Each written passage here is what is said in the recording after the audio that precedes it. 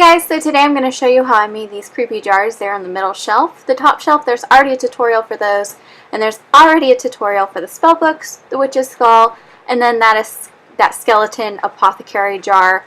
There's all tutorials on this entire DIY project. Everything was from Dollar Tree or repurposed.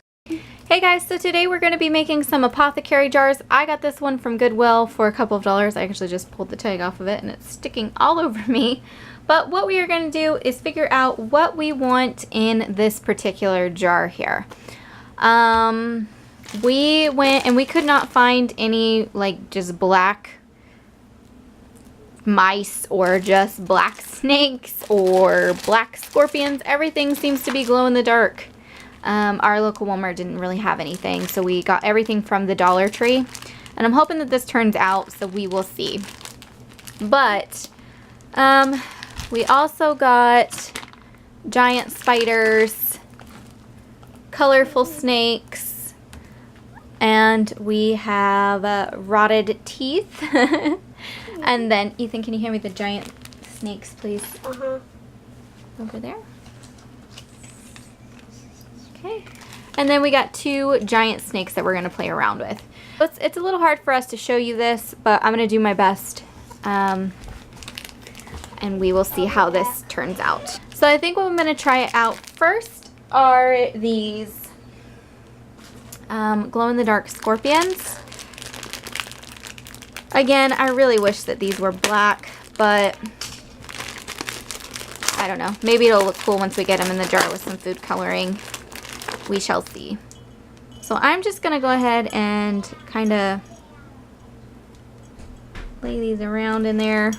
This is so hard for me to show you guys, but I'm hoping you get the general idea of what I'm doing here. I'm just throwing that whole bag, that was 12 creepy scorpions, into this tiny little jar. Again, I got this from Goodwill, so I don't know the exact size. There's nothing on the bottom saying size, but I would definitely check Goodwill or a thrift store near you for these kind of decorative jars because they had tons. Okay, then what I'm going to do is I'm just going to add water to this. And you got me just enough, Ethan. Okay, and then we need to pick a color. I just grabbed primary colors. You can really add whatever you want. And you can add labels to these as well, but I don't know that I'm going to do that. These may just get dumped out and reused every year, and I don't know that I want to pack away water. So, what do you think, Ethan? Green or yellow? We're not doing red on this one. Green or yellow? Green. Green? Okay. So we're going to do a couple drops of green and see what happens. Whoa. Okay. Put the lid on there. Whoa! And just a few green drops, and we now have ourselves some spooky scorpions. I have this candlestick, and we got this beauty at Goodwill. And again, this is one of those ones where I got for 99 cents. I got this at Dollar Tree for 99 cents. I am going to go ahead and just use hot glue on this, but you can use E6000 crafter's glue to attach these. If you'd prefer, but mine has a high heat. I got one of those kind of fancier glue guns, so that way I can use it for things like this. And then what I'm going to do is I'm just going to turn this around, and I'm going to try to get it in the middle the best I can, and we're just going to hold that there and let it adhere. Alright, and here you see I've got like a rice wine bottle that I'm going to use, and we're just going to stick some snakes in there. You can really use this for anything, but I don't think we're going to be able to get the snakes out of this one in the end. We ended up getting these over in the toy section, but they also have the glow-in-the-dark ones in the Halloween section, so you might have to look in a couple places in your Dollar Tree and kind of use your imagination. I think another awesome thing to put in these would be lizards and spiders, and you know, just use your imagination. What would a witch have in her jar of goodies? And then, you know, we just kind of made it look like they were trying to crawl out of the jar here.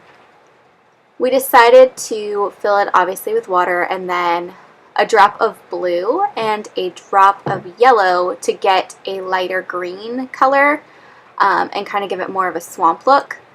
We are working on some more projects for our apothecary section, which is just my hutch. And what I did was, I have an old spaghetti jar here.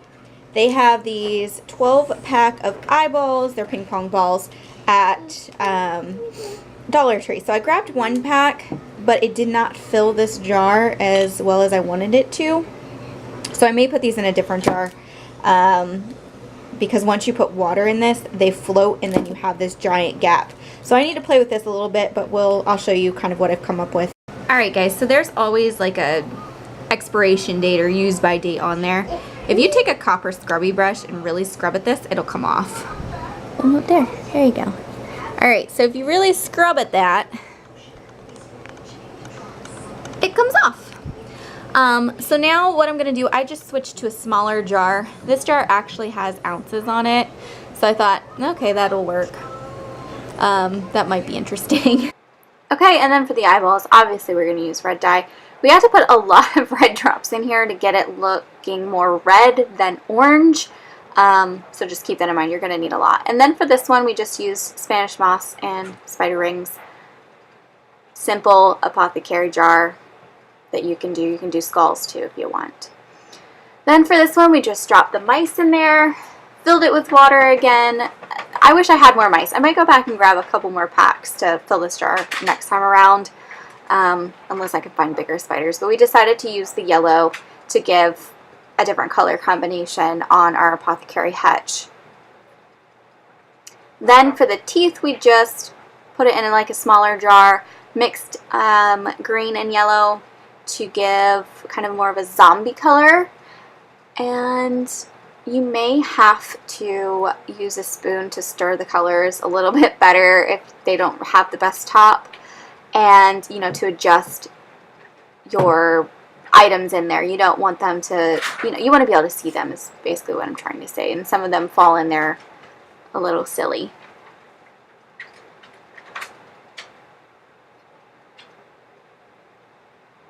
And then this one is the spider one we use. One thing I will say is to use the lighter colors, because the red and the black, once we put the red food coloring in here, unfortunately you really couldn't see it. So I wouldn't use red next time if you're using black creatures. Now what you're seeing here is I just used a coffee filter, some creepy cloth in white, and then tied it with some twine, and that was it. Guys, and here is what the jars look like completed. You are seeing cobwebs because I set everything up before I realized I didn't show you everything. But there are the zombie teeth. Like I said, you can make labels, print them out, put them on here. But most likely these jars are going to change over the years once I get jars that look more like apothecary jars. These are just temporary to give you an idea of how you can do this on a budget just using pasta jars, but over time I'm going to be collecting more from Goodwill as I can find them. But there is the zombie teeth in there. There's the eyeballs, my son's snake jar, my snake bottle, which lighter colors are better, guys. I made the mistake of using dark colors, but because I'm not keeping it all, you know, the permanent, I am just gonna leave it as is. Red and black spiders, you don't even know what's in there. Those are the mice, and then those are the scorpions over there. I'm hoping that they glow. I may put glow sticks in there, you know, over time you can do that as well. If you're doing a party, you can put glow sticks in them. So yeah, that's what they ended up looking like. Down here is where I put the little jar of spiders. I'm loving how that turned out because it's going really well with the skeleton jar. And the spell books and things. I love how this bottom shelf turned out. And then by adding lights behind it, it gives this kind of glowy, creepy effect. So definitely keep that in mind. You can always wrap lights around these jars. I just had one little pumpkin light to give you an idea of what it would look like. But if you like that, please subscribe and check out our other crafts. I have a whole playlist full of all kinds of crafts for fall, Halloween, and a few little baby items in there too if you want to check those out. But that's it, guys, and I'll see you soon. Bye!